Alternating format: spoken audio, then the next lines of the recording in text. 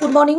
দেখো আমি চলে এসেছি চা খেতে খেতে। তো এই কথাটা না না বলে আমি আর পারছি না, বুঝলে, মানে সেই যাকে বলে ভাত হজম হবে না আজকে না বললে তোমাদেরকে। তো সেটা হচ্ছে কালকে আমাদের ফ্ল্যাটে, মানে আমারই ফ্রেন্ড, ওদের 25 বছর বিবাহবার্ষিকী ছিল।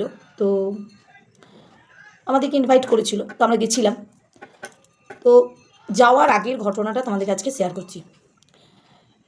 তো সেটা হচ্ছে মানুষ কী হয়, মানুষ ধরো বিয়ে ঘর গেলে বা যদি কারো বিবাহবার্ষিকীতে যাও বা যে কোনো অনুষ্ঠানে ওকেশনে গেলে, সেখানে কি হলো না, তুমি একটা সাজগুজ করে সুন্দরভাবে মেকআপ টেকআপ নিয়ে এসে যে গুজে মানুষ যায়, তাই তো। তো কালকের ঘটনাটা তোমাদেরকে আমি বলি। সেইটা হচ্ছে কালকে যে ঘটনাটা ঘটেছে সেটা হচ্ছে আমরা মোটামুটি আমি রেডি হয়ে গেছি। আচ্ছা, উনিও রেডি হয়ে গেছে, মানে আমার কর্তা তোমাদের দাদা রেডি হয়ে গেছে। এরপর রেডি হয়ে আমরা মোটামুটি বেরিয়ে গেছি। বেরিয়ে গিয়ে এবার নামবো। ফ্ল্যাটে তো প্রত্যেক ফ্ল্যাটে লিফট আছে, সবাই জানো, তোমরা বলতে আর হবে না নতুন করে। দিয়ে এবারে জুতো ফুতো পরে নিয়েছি। আচ্ছা, ওনারও সব রেডি, উনি এবারে চাবিটি লাগাবেন, এবার উনি বেরোবেন।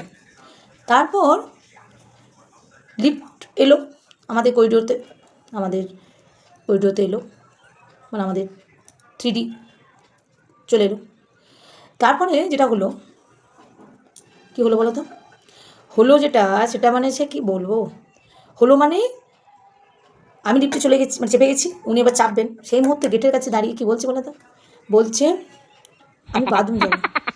মানে এমনি অলরেডি আমার এমনিতে দেরি হয়ে গেছে, মানে সেই যাকে বলে অর্ধেক ওদের রিচুয়াল হয়ে গেছে, মানে অর্ধেকটা অনুষ্ঠান ওদের হয়ে গেছে, তারপরে কিন্তু আমি নামছি অলরেডি।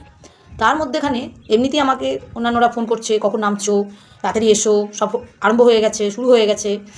তো তার মধ্যেখানে কী জ্বালা বল দেখি, ও লেগেছে কি না বাথরুম। সে বাথরুম লেগে গিয়েছে, সেই লেগে যাওয়াতে কী হলো বলো তো, আমার তো মাথাটা চাইন করে চলে গেল।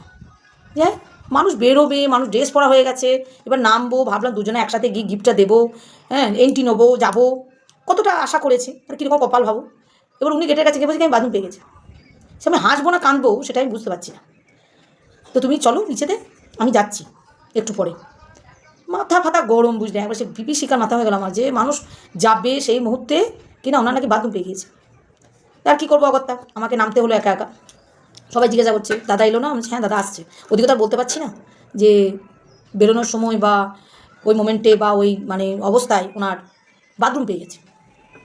কী অবস্থা ভাবো, মানে কীরকম কপাল, যে ভাবলাম যে দুজন একসাথে যাব, গিয়ে মোটামুটি একটু কথাবার্তা বলবো সবার সঙ্গে, দেখবে সবাই যে আমরা দুজন একসঙ্গে আসছি, তেমন আমার কপাল, আমাকে একাই যেতে হলো। তো কী না বাথরুম পেয়ে গেছে ওই অবস্থাতে।